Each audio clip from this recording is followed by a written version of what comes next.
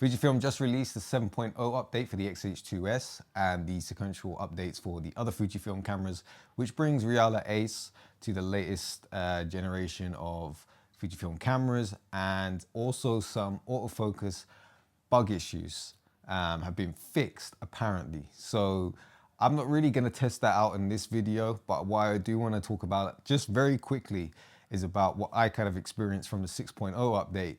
And I haven't really had time to make a video about it because I've been really quite busy at the moment. So I just wanted to talk briefly about some of the issues that I had. And I've seen loads of videos online and people were like really kind of showing how bad the autofocus issues were with their cameras. And my thoughts on it kind of from a neutral perspective, you know, because like I'm not trying to make a video to make a hate train or anything like that, or I've not discovered something that I can really cash in on YouTube, you know, trying to build a subscriber base or whatever. Not that I'm accusing anyone of doing that, but sometimes I feel like the results were a little bit exaggerated. You know, everyone's got their own personal preferences. So my issues were, number one was the camera kept freezing on me a lot since the 6.0 update. Actually, from when I first updated it, I actually had a professional job that I had to go on to, and I had to switch between video and photo mode due to the nature of the shoot. And when I was in photo mode, I did have a lot of freezing. I had to do a lot of battery pulls. That's the first time I've ever had that with the XH2S. And that was really disappointing to have that kind of experience. Autofocus wise, it's not been, I can't say for sure whether or not like I've noticed a massive difference. For me, I've always kind of had like false positives, and I can't say for sure whether or not those false positives were increased from the 6.0 update. Like I can't say for sure, I don't know. One of the things is as well that, you know, I film now on the FX3, so now I use that more for video because I know it's more reliable. And I think with the XH2S, I'm not sure if it's as bad as people are making out, because you can configure the tracking settings, and that's where I'm not sure whether people have like kind of adjusted that to make it, you know, make it designed to fail in a way. Again, I'm not saying what anyone's doing or accusing anyone of anything, but that's my perspective. Like I kind of left mine on a neutral setting for the tracking speed and everything like that, and it kind of just, it usually just works, you know. It's not as fast or it's not as good as the FX3, and it never will be, because I just don't think the camera is capable of doing that. I don't know anything about programming, but you know, I just know that it's got good enough autofocus capabilities, but it seems to be, I don't know if it's behind the pack or whatever. It's not up to par. But my major problems were the camera freezing, and that was quite irritating. I had a quick brief look at the Reala Ace. It looks okay.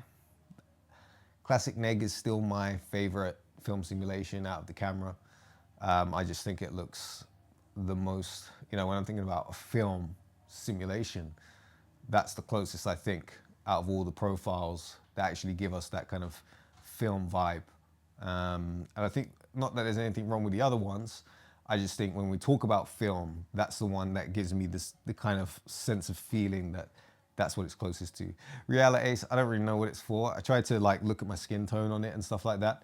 And my skin doesn't really play too well on cameras. I don't know why. It gets too red, or it looks white and blown out, or whatever, you know, like I'm from a mixed background. So it's difficult to kind of judge.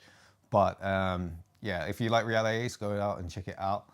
I wanted to update straight away because 6.0 was kind of unreliable for me, you know, to use the camera. I was worried that it's going to fail on me, and you know, maybe a recording might stop, or I might not be able to take any pictures at a certain time. So yeah, I thought, let me just get it out of the way. And I've kind of always just updated straight away anyway. You know, someone's got to do it. Someone's got to like test out whether or not there's going to be any issues. So yeah, hopefully you guys' cameras will all be okay. Hopefully it's more improved. Don't fall into the trap of hearing something on the internet and then believing that that's your reality as well.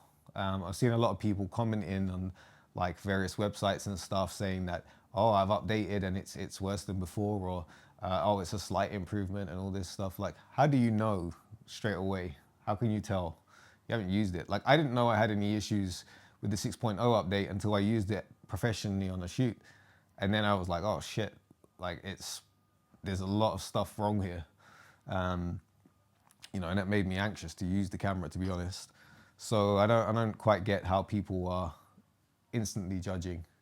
And you know, there's a lot of things to factor in as well. Like if you're using an old lens, like I've got the 35mm f1.4 there. And for sure, like if I use this for video, it's gonna be slow.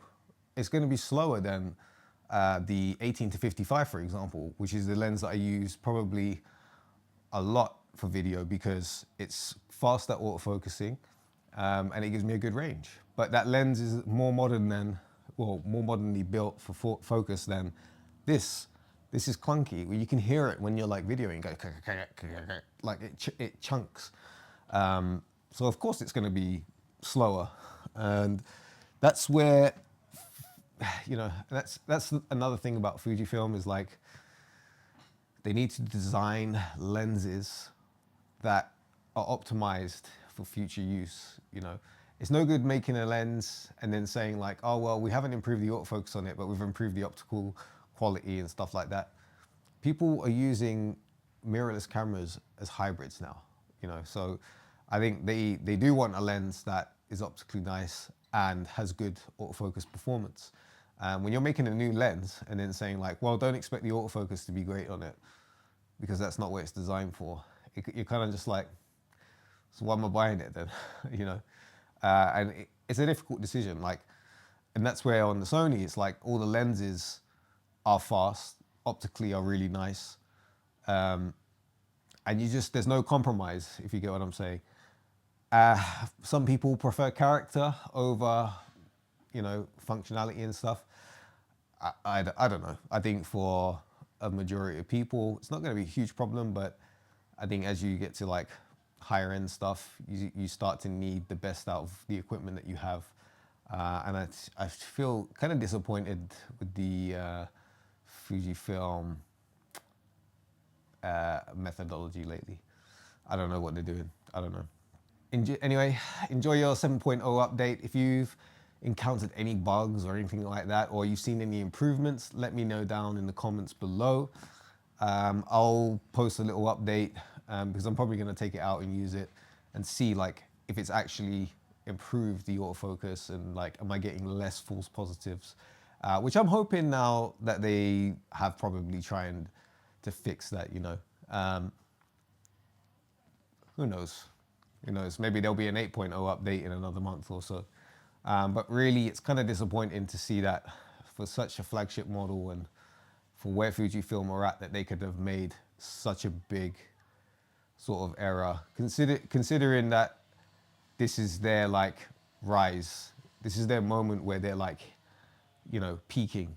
And for them to kind of really just not really test their firmware, you know, and release it to the public and let everyone kind of suffer for 2 months, whatever it was.